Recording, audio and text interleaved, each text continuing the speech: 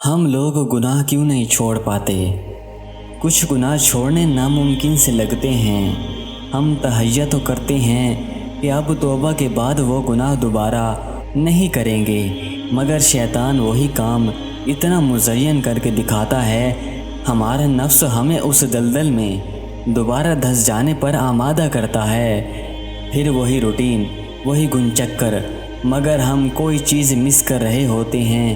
وہ کیا ہے؟ کبھی سوچا آپ نے آخر کیا ہے؟ کیا چیز گناہوں کو چھوڑنے میں رکاوٹ بنتی ہے؟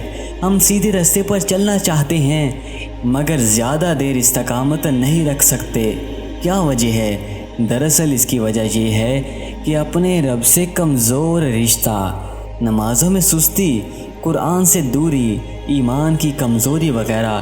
پھر جو ہم اپنی عبادات میں، نوافل میں سدھار لاتے چلے جاتے ہیں، ہمارا دل خود بخود ہی ایمان کی حالت سے بھرنے لگ جاتا ہے، اور پھر ہمیں سکون ملتا ہے تو صرف اپنے رب کے ساتھ، اس کے کلام کو سنتے وقت، نماز میں اس سے باتیں کرتے وقت۔